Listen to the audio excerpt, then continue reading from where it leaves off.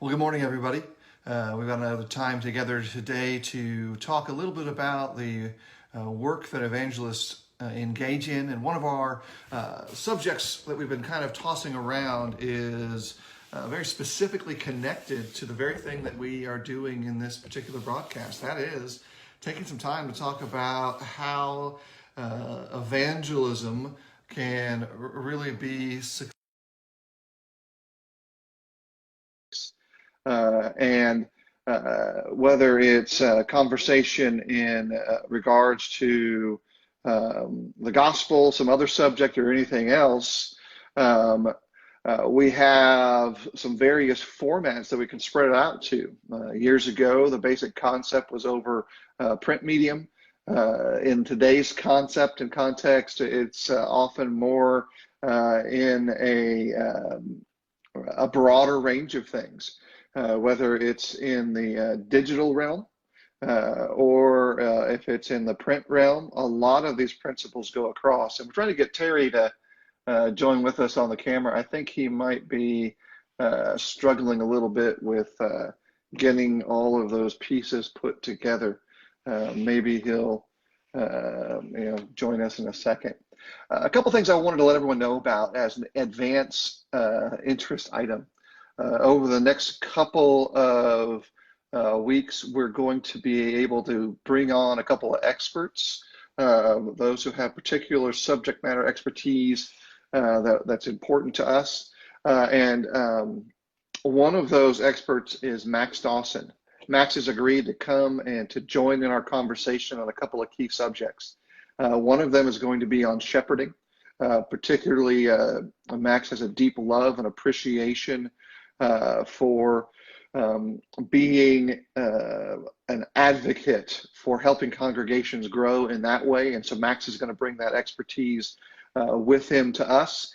Secondly, he's going to be able to suggest or work with us in the realm of talking about grounding and training evangelists through structured instructional programs. We sometimes refer to those as preacher training programs or mentoring processes.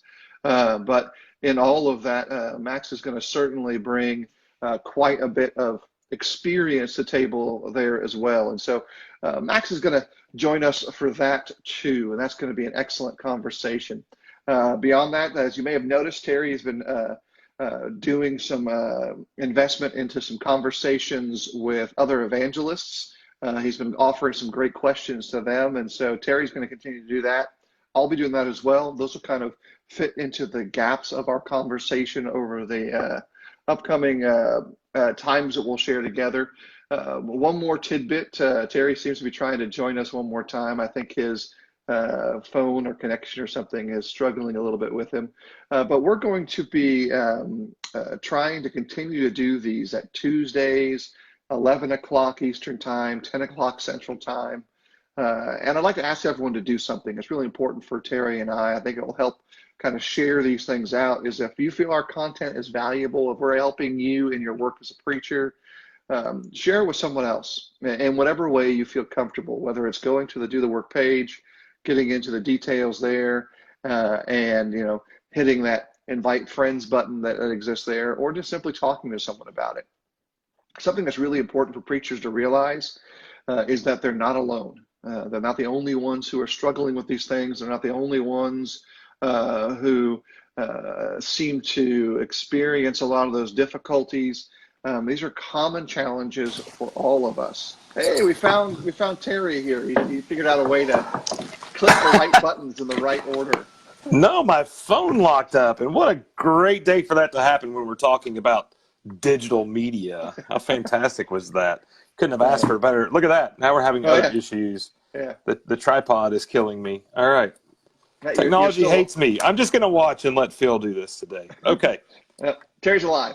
All I'm right. alive. So what about digital evangelism? I've done all the introduction stuff we talked about. I've talked about our upcoming guests. I've talked about our interview series. That's already on the table and off the table. Okay. And so we've got some bullet points that we've laid out, because that's what preachers do. We have three to five topics that we could condense into everything. Yeah, but we did the wrong thing here. We have two major points with 4 subpoints. That mathematically is not a preacher. Should be 3 and 3. Yeah. We're doing what we're going to do. Next week, outlining and what it should look like. No, just kidding. Please no.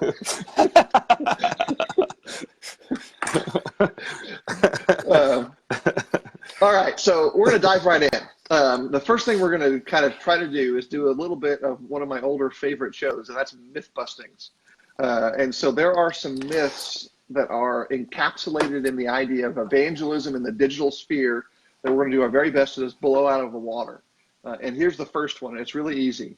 If you post it, then that is in and of itself all you have to do. That is, boom, you've evangelized because you put it up on the internet somewhere.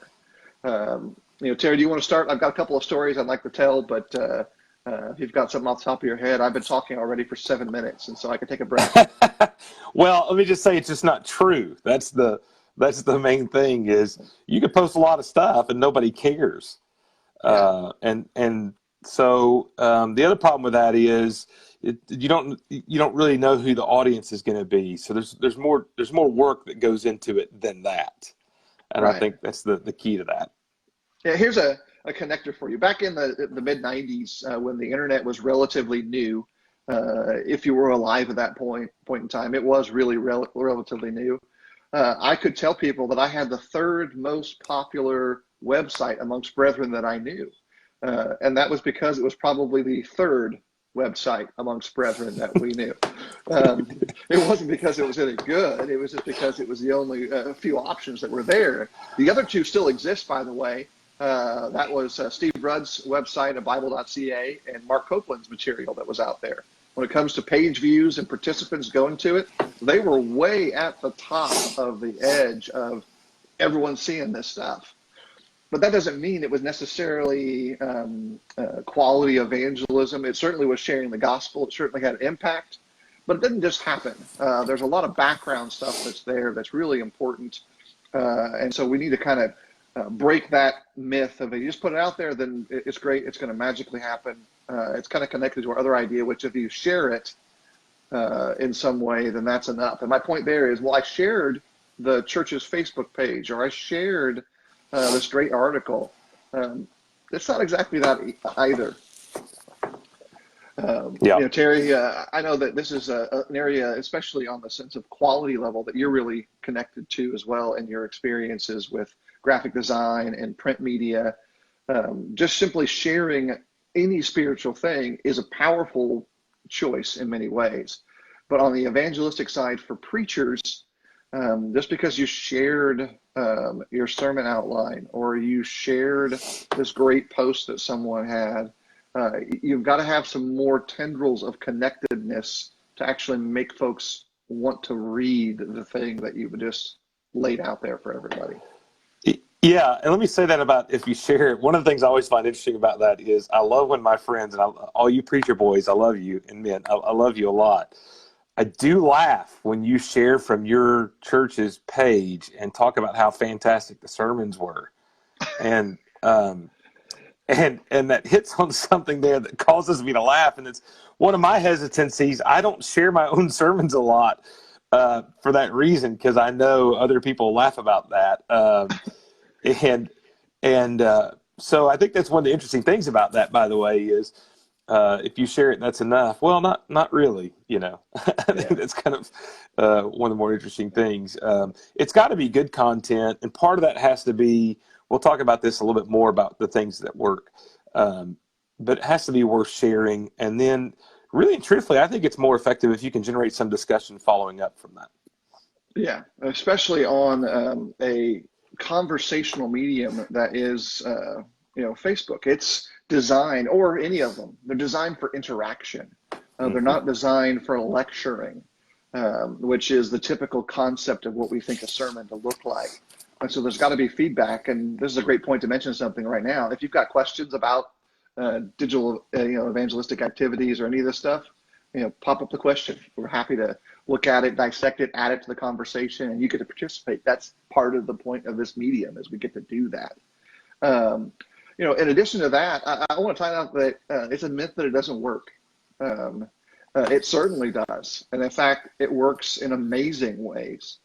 And I'll just narrow it down.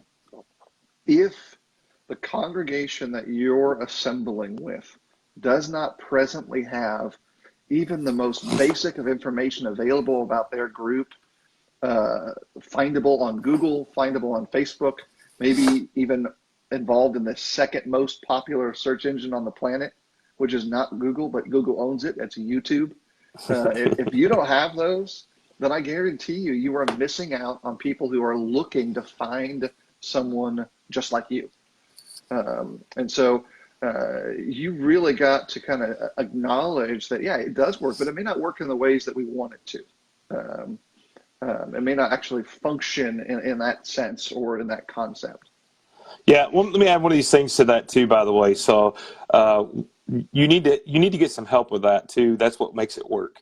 And we'll talk more about that later, but it does work. In fact, one of the greatest complaints about churches by those looking for a church is lack of information digitally online. Yeah.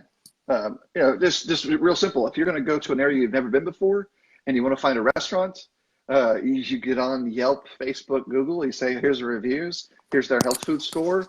Do I want to take the risk? They're serving tacos, but they got a 73 on their health score.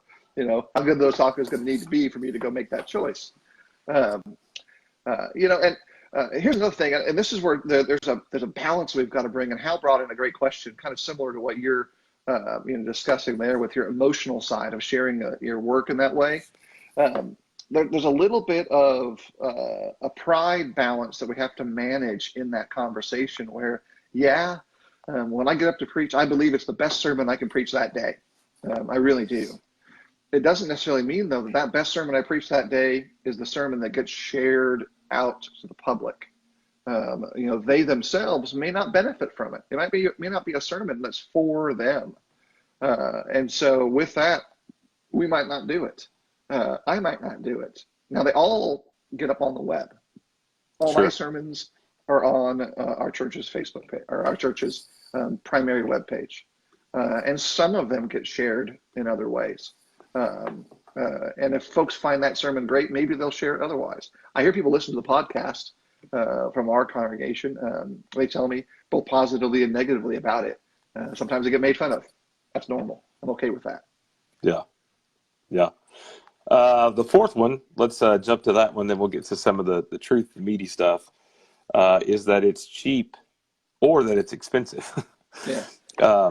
I say this, the great thing about living in the time period we live in is it could be as cheap or as expensive as you want it to be, truthfully.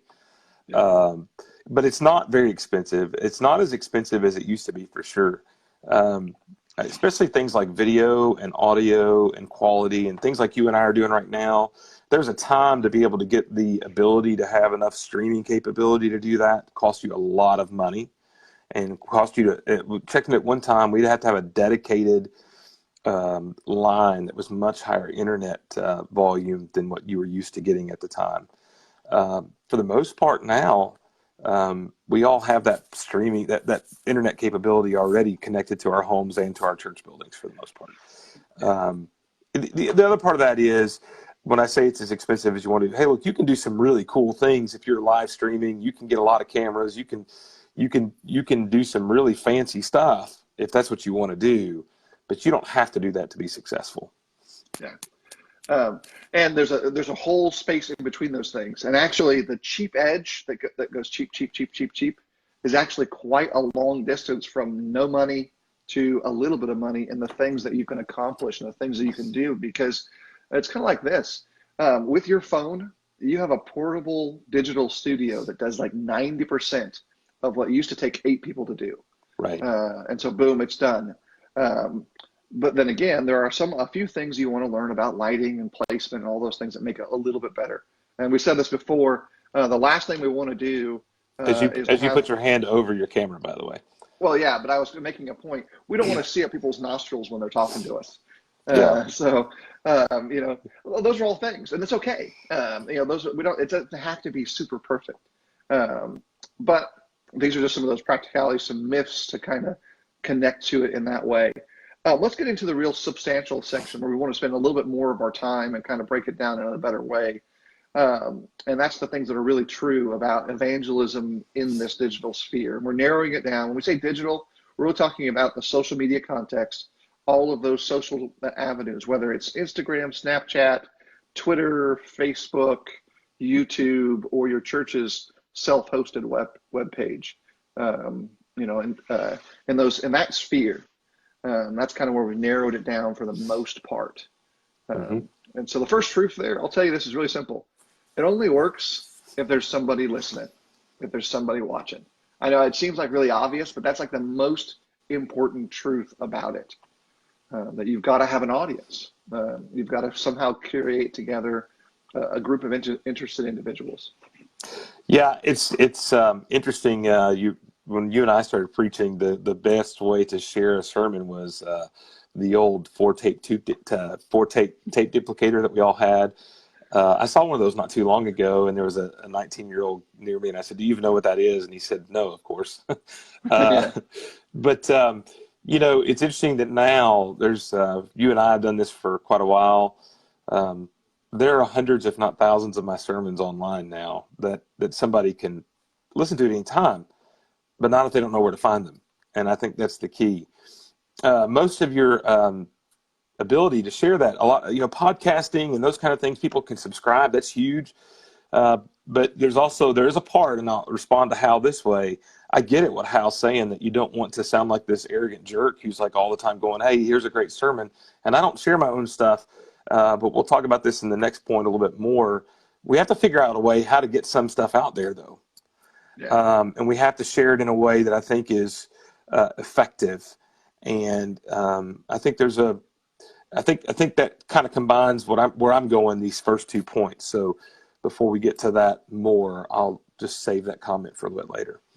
Right. And I'm going to speak really bluntly right now.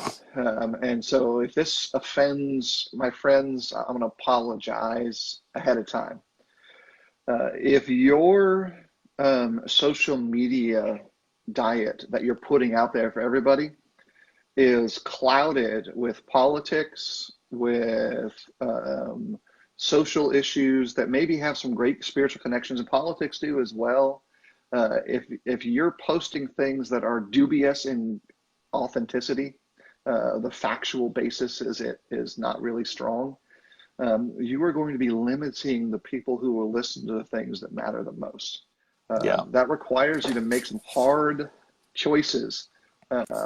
You'll notice that for me, and I'm speaking just for me, there are some areas where I keep those conversations close to my chest. Politics being one of them. I certainly have some deep views, and I've got some strong opinions, but there's a context for them. In addition to that, certain big sports stuff, I don't post a lot about that because it's not really my big thing in many ways. That's cool. But I certainly do post about tacos and canoes, because those are, and jokes and funny stuff. But if you're clouding the issue to a certain degree, there are people who will no longer listen to you. How do I know that? Because that's what I do. If someone keeps posting about one issue over and over and over again, I tune them out. And so you got to have some balance there. If you come to my page, you're going to see a lot of goofy pictures of me. Somebody posted one of those this morning early. You're going to see a lot of posts about my kids, like I posted this morning. And you're going to see a lot of UT Orange, because that is something that I'm into more than canoes. But outside of that, you're not going to see a lot of political stuff. If you do, it's going to try to be more of an attempt to get us to unify, but that is very rare. Because like you, I have a whole list of people, and if you didn't know this, I hate to tell you this, but you and I are Facebook friends, but I have unfollowed your content because I don't like the stuff you post. And if you post a lot of, and by the way, this applies to either side of the aisle, so before I get accused of being to the left or to the right, if you post a lot of stuff to either side of the political spectrum and it looks like you're just an angry American, I don't care about anything you post, because I don't want to see the rest of the stuff. So you're ruining the ability to share some things spiritually because people, quite frankly, don't watch your page anymore. Yeah, and that's about as blunt as I can be on that. Yeah, and that's one of the truths. And you just got to decide what matters to me the most. If you're into politics and you're really down, awesome, get after it. That's your thing. And if you can balance that in your spiritual realm, great. But on the evangelistic edge, for those who preach, I'm just telling you, your brethren come from all across the country and all across the world, and they're going to come with a lot of different baggage with them. Help them see Christ, and then if you want to talk about politics, do it at the dining room table and do it well. And if you have an opportunity to get on a platform, make sure that whatever platform you stand on, in the end, people see Jesus and not you. That's my end of the matter there with that thing. Well, let me move to the second one, and let me kind of tie these two together. It's this. The second truth is that it's the same as any other evangelism. And let me tie it together this way. Real evangelism, first and foremost, works when everybody does it, not just the preacher. And so let me tie some of the things we just talked about to that. You talked about being on the evangelistic edge, and especially preachers. If you're a disciple of Christ, you're on the evangelistic edge. That is part of your job. And if you don't think that you can, and I've heard this for a lot of people from a lot of years, I don't know what to say to somebody, or what am I going to do to teach somebody? Here's the great thing: if you have a Facebook page, you literally don't have to say anything. You can share spiritual content and generate some discussion and have comments after that where other people get involved. It is quite frankly one of the easier things for people to do that are worried about what they're going to do. And to go back to what we were talking about earlier, that I don't share a lot of my sermons because it kind of looks like you're an arrogant, pompous jerk. If your preacher does a really good sermon that you think can help somebody, you need to share that, and to your Facebook page, and connect it to don't just share, connect it to the link to the website for the congregation. Here's the part that bugs me about the politics, and here's where I'll get on my soapbox. I think it is absurd that everybody on your friends list knows who you voted for, but they don't know where you go to church because you don't ever post any content from your website or any sermons or anything spiritual. And I'm just going to, you talked about being blunt. I'll be blunt here. If that's you, if I can pull up your Facebook page and I don't know where you go to church, but I know who you voted for in the last 4 elections, then your priorities are not where they need to be in this area, because you're not evangelizing for God as much as you're evangelizing for a political party. Yeah. And I'm going to be careful with this particular name because the Beetlejuice theory applies. If you ever remember that old movie, we both have a mutual friend. His name is Daniel space, and then it begins a D for the second part of his name. Double D. Yeah. Don't say it anymore though. That's done. Yeah. That's Yeah. You'll call him forth. He could post something and everyone comments on it. It could be about something completely unrelated. That's the power of social media.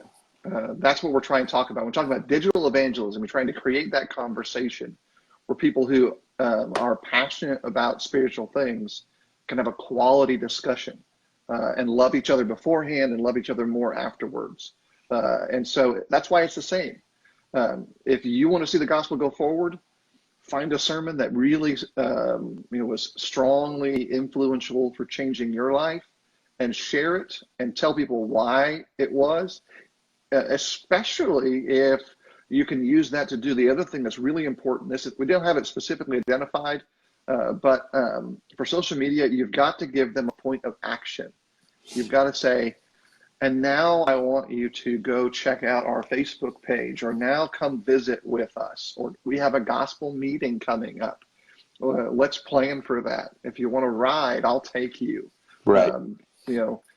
This message changed me. It can change you too. That's a technique that's conversational that everybody uses about everything else. Yeah. On the sermon share, like you just said, make it personal.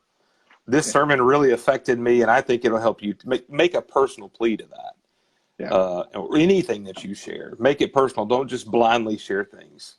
Right. And I'll drop this one down. I do this a lot. I go and listen to old school sermons on websites from other congregations. And as an example, the Embry Hills Church in downtown Atlanta, and they got their sermons going back into the 60s and the 70s on their website now. Give them a listen. Go back in time and listen to something that's relevant to you today from a guy who lived 30, 40, 50 years ago. There's very little you could do that would be a waste of anything better than that when you're trying to grow than to dig in and say, oh yeah, This is how he saw it, and now I can learn from that too. One of our other key points, it ties together the other of these concepts. If you're going to get online, you got to have something worth saying. And I'll use myself a little bit here in this regard. For a little while there, I was doing some pre-sermon announcements as a test. And I'd get on there Sunday morning, kind of tell everybody what the sermon was going to be out. And then I reached a point and said, hey, all these sound the same because I'm going to have the sermon later anyway. The car drive to church live video, my favorite, not to call you or anybody else out, but I really enjoy that. You know, why you would kneel at the opportunity to really be worried about that. I would tremble at it saying anybody's name, but anyway. But I'll say this. I mean, really, when it comes down to it, I just really want people to come to services. But that's worth saying. That's a valuable thing. But there's more than that. You really make sure that whatever you're going to do, it has to be something that is important enough that you've boxed out the time to tell people about it to a certain degree. Social media and all this stuff kind of values the urbane, the common, the normal stuff too. And so we'll talk about that in a second, maybe in some closing comments. But, really there's some of those side of things as well where you see all of that kind of tied together and connected together as well. Yeah, I've never done the drive to church video thing. I'm waiting for it. No, I think it's going to happen at some point. It's not, because that allows me, first off, my cell coverage is really bad from my house to the church building, and second off, it allows me to mock those who do. But more importantly, I've always been more of a graphic kind of guy, and so on our you'll see a lot of times on our page, some point during the week, I'll post a graphic with an explanation of the upcoming sermon. And that's effective too if people share that. If your church does anything like that, share that. Jesse Mizell just talked about inviting friends. You know, most of your churches have a church page that is not private content. In fact, at the work I was at before, we had 2 pages, one that was a closed group for just family type things, but one that was a public group to use for public thing. Invite all your friends to those pages, let them know. But think about what you're saying on there when you do that. Let me tell you one thing that I think is a great thing that's worth saying, worth posting, kind of this last 2 things together is you'll see me always when we have a baptism post about the baptism and generally have a picture or a video to go along with it. And there's a reason for that. That's first off, it shows the excitement we have. It allows people everywhere to praise God for that. But secondly, that's a tremendous thing that opens up doors. I've been asked about that. Asked questions about baptism, asked about what's going on, explanations, and what greater news to share than the message visually and even in video, if you have it, of somebody putting on Christ. And so make sure you have something that's valuable and worth saying. It will generate conversation when you do that. Yeah. And let me kind of tie up all of the strings of this thing to kind of set some comfort levels there. I know that getting onto a camera is nervous.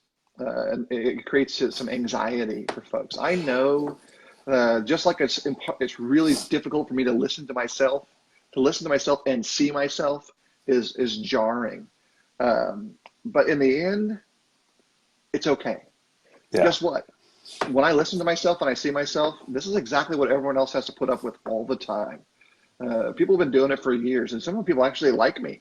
So it's okay. That's totally fine.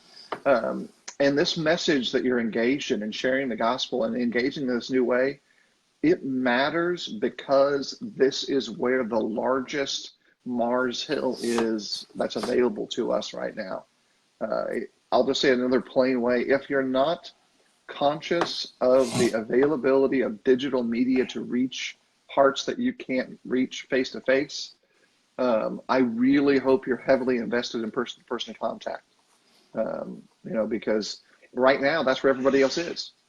So if you're not paying attention to the digital sphere, spend that time with person-to-person contact. That's great too.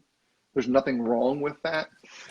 One more thing that I think is important, and there's always a challenge for preachers. This is a truth that's connected to a myth.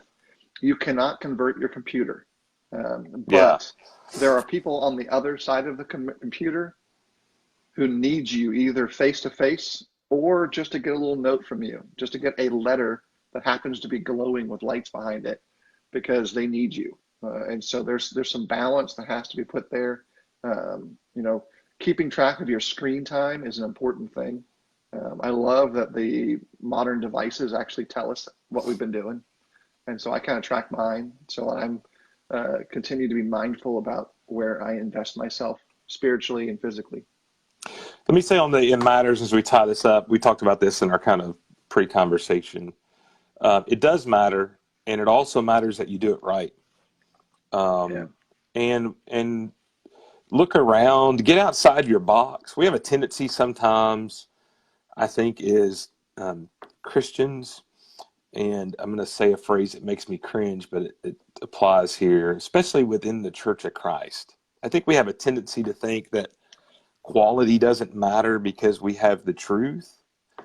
And the reality is quality is huge, and especially to younger generations.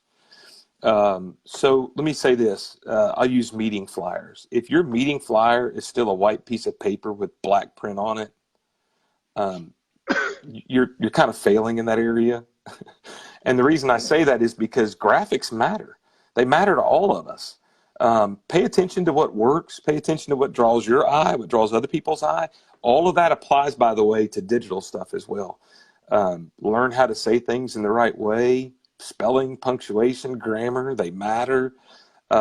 Big book I'll recommend to everybody when it comes to just understanding design is called The Non-Designer's Design Book, written by Robin Williams. If you have not seen that and you are doing anything that is graphic in nature or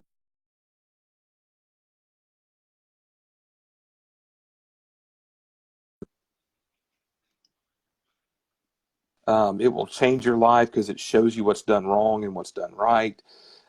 Sometimes the reason why our stuff doesn't work is it's ugly, and people don't like ugly stuff. They'll put up with ugly preachers like Phil and I, but they won't put up with ugly graphic content.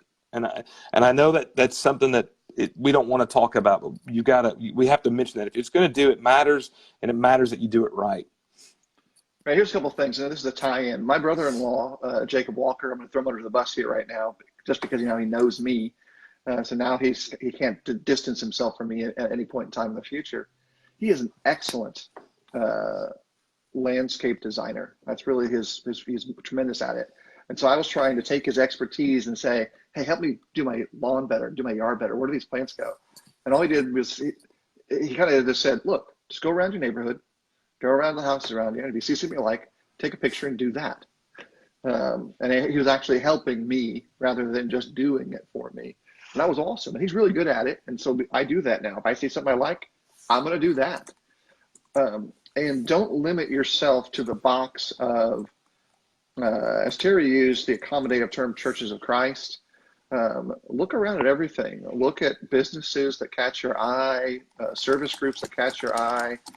All of those things provide insight. I follow some of the more influential evangelicals media groups. They have resources I don't, and I learn from their methodologies on how they did things. Like Terry pointed out, years ago, I put together a flyer for a gospel meeting for a congregation at their request that I was not part of, but was for one of their meetings.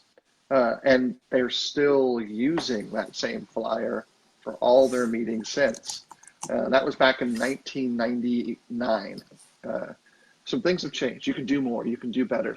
There's some great books there that will kind of help us all be more effective in that realm. And it often doesn't cost anything other than a conversation and a cup of coffee.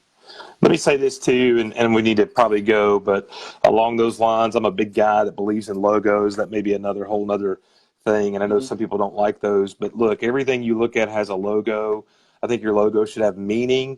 Ours does. Our logo, where I'm at, has 4 sub points underneath the logo that remind us of who we are and what our purpose is as disciples, and that's a visual reminder to us. It's also a conversation starter for other people as well. But I'm gonna throw a tag out there for one of my guys, Luke Adams. If you're not a great logo person or marketing person, Luke Adams has a degree in this stuff. He does a great job, and there's other people I know. But leftalignecreative.com is his website, where you can find him. Luke Weldon Adams on Facebook, and he can help you out tremendously. Luke and I worked on our logo together, and so if you've seen it and you like it, that's some of his work. There's other guys out there as well. But get a color palette, get a font palette. You don't understand those terms, get somebody to help you that does, because all that stuff matters, and all that stuff has an impact, believe it or not. We could talk for hours about Comic Sans and New Times New Roman and the awfulness of that, but we won't today. Maybe another video. Yeah. Burn anything that has Comic Sans from your life is a simple way to think about that. Absolutely. Here's something real important too. The laborer is worthy of his hire. Because Luke is a conscientious Christian and he's committed, doesn't mean that his work is free. And so you should anticipate paying for it, and it's worth it. He will do it better than you can. And that's okay. It's actually part of how we ought to be thinking about things. Yeah, and another thing to toss out there that's another brother that maybe, let's say you're overwhelmed with the website thing. I've used Congregate for the last two places I've been at. And I know there's people that aren't Congregate fans, but I got to tell you, if you want a website company that is affordable and that is easy to use for even a person who doesn't know how to do that kind of stuff, you really can't beat it. And Eric Wallace up in Bowling Green with Congregate and DP Media could really help you out as well. So a couple of plugs for guys that can help out in this area, and I'm sure Phil has other contacts as well there. Yeah, you can reach both of us through the Do the Work page. You can reach us privately. Those are places where we have contacts. Congregate is a great resource. My digital history with websites goes all the way back to GeoCities. I can code. I don't code. I have better things to do right now with my time. Those things are awesome. They're excellent. There's a lot of other great resources too. We'll try to put some of this in the comments after we close off the broadcast. We'll be meeting at the same time again as our intention next week, Tuesday, 11 Eastern, 10 Central. We've got a bunch of topics on the table, but if you've got things you want us to discuss, if there are things that are important to you that you want to see encapsulated in these kind of conversations, let us know. And I'll say one more time in the beginning, share this effort with friends who you think would be benefited by it. And do it in the way that you think is comfortable for you, whether it's just sharing the page, sharing the conversations, inviting them to like the page, or just asking them what they think about it, having a private person-to-person conversation about it. Terry, you can close this out for today.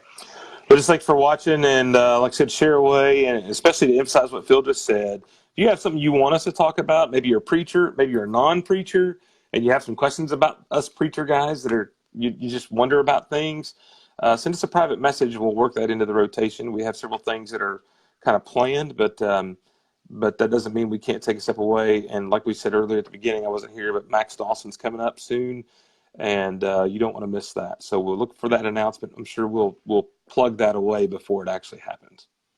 Have a great day, everybody. Take care. Bye-bye.